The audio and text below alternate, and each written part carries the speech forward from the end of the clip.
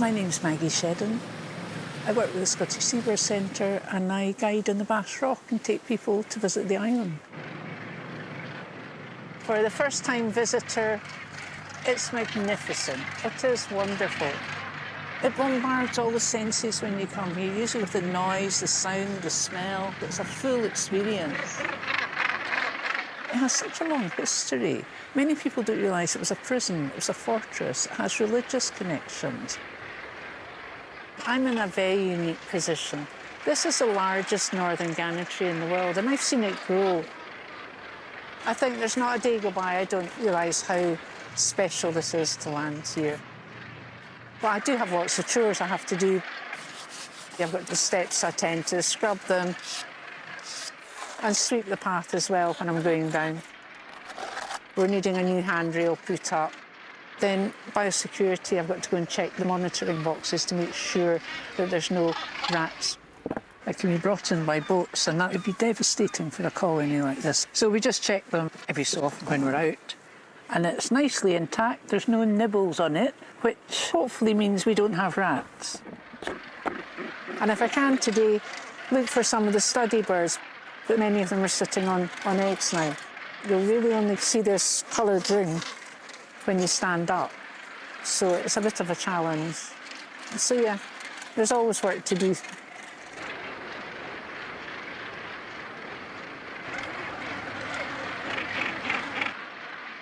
I don't always get the time to sit and watch the birds, so when I do, it's wonderful. They're the largest of our European seabirds. They have a wingspan of just under 2 metres. The gannets have been here for centuries, but not in the manner that we've known over the last 25, 30 years. And the colony just slowly increased. It reached almost 150,000 gannets on this rock last spring. On May the 19th, this colony was perfect. By June the 1st, HPAI, avian influenza, was here. And I would say by about June the 30th, the colony had been decimated. It was virtually empty here. The actual virus itself, for the gannets, was truly devastating. These are strong birds that will intimidate you. They will take no prisoners if you go near them. They attack you. And last year, to walk on and suddenly find birds with their heads bowed, and you could literally walk up to them and you got nothing, no response at all. And I think for us on the rock last year, we were seeing them dying. We were seeing the carcasses around us of dead birds. But that silence, it was the silence. We didn't realise how much it took out of us. It was such a dreadful thing to witness. It's a heartbreaking virus that just seems to attack the nervous system of the birds. This year, the soil samples have been taken. We don't have avian flu on the island at the moment, as far as we know. The fact that we've got so many birds back this year is really heartwarming. And we've got so many breeding birds back, because at the end of last year, we had a handful of birds here breeding. This year, I think there's more understanding. We hope it won't come through again. The birds are on eggs just now. They're mating. I've been watching it all happen here. There's a lot going on just now, and hopefully we'll see the first chicks by June. So to come out now and see it like this, it's wonderful. It's a complete privilege just to be here. This is not a managed nature reserve. This place is really raw.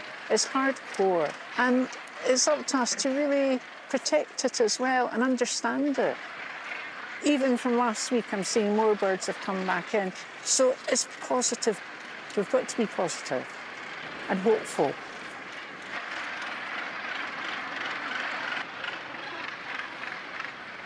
I've had the pleasure of meeting Maggie back in 2021 when I went to Bass Rock for the second time. And I have to say, of all the places in the UK, Bass Rock is one of my favourite areas. You step onto it and it's genuinely like you're stepping back in time, like it's a whole other world. So when 2022 came around and we saw that devastation of bird flu, it genuinely broke my heart, and it's really sad to hear what happened. But obviously, good news is on the horizon, fingers crossed. And there has been an update from Maggie. She said that lots of the sexually reproductive females have arrived back and they're doing rather well, but there are quite a few solo birds. So those birds could potentially be that they've lost their mate, they've lost their pairing, or perhaps they're entirely new birds to the colony that are just looking out for a new place to nest. That we really don't know. But hopefully the chicks, the very first chicks on Bass Rock this year, will be hatching in the next couple of days. So we have to look out for that.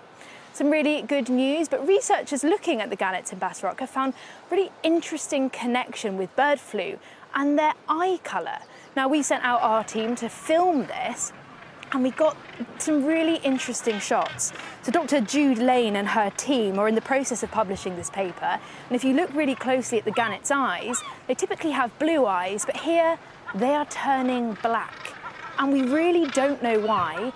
Birds with black eyes were tested, and it showed that actually they did have some antibodies to the bird flu virus. So it's essentially saying that if they've survived bird flu, for some reason their eyes are turning black, and we really have no idea why. But it is quite a non-invasive way of identifying which ones have managed to survive and have those antibodies. For some reason, well, we don't know why it's happening, but they are doing rather well. It's not affecting their behaviour or their foraging or their breeding, so only time will tell what the long-term effects of that will be. Some really interesting research going on there. And whilst the gannets are doing better, other bird colonies aren't. So if you do see a dead bird lying around, please don't touch it. Report it to the BTO bird tracker and to DEFRA, and that all information can be found on our website. We still need to keep our wits about us when it comes to bird flu.